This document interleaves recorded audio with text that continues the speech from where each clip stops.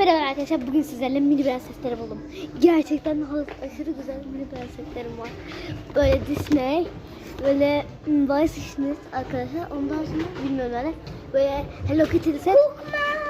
Çok güzel arkadaşlar. Şimdi arkadaşlar, siz bugün benim doğum günüm 2 Temmuz'da. 2 Temmuz'da arkadaşlarım çok güzel bir doğum günü kutlayacağım. Labu biliyor musunuz? Benim arkadaşım, bir tane arkadaşım Labu alacak. Böyle Mr. Beast'in seti var. Oha, bu ne? Çok merak ettim. Arkadaşlar Mr. Beast. Mr. Beast oyuncu. İlk defa burada gördüm. Şaka mısınız? Minecraft'ın yumuş oyuncu. Oha. Siz ne almak isterdiniz? Bakın bunlar kırık kötü oyuncaklar. Ben bunu seviyordum. Ben burada Bu da Stitch karakterleri var. Kardeşim ne alacaksın bana? Arkadaşlar. Oha arkadaşlar. Ben bunu arkadaşlar şimdi bundan alıyoruz.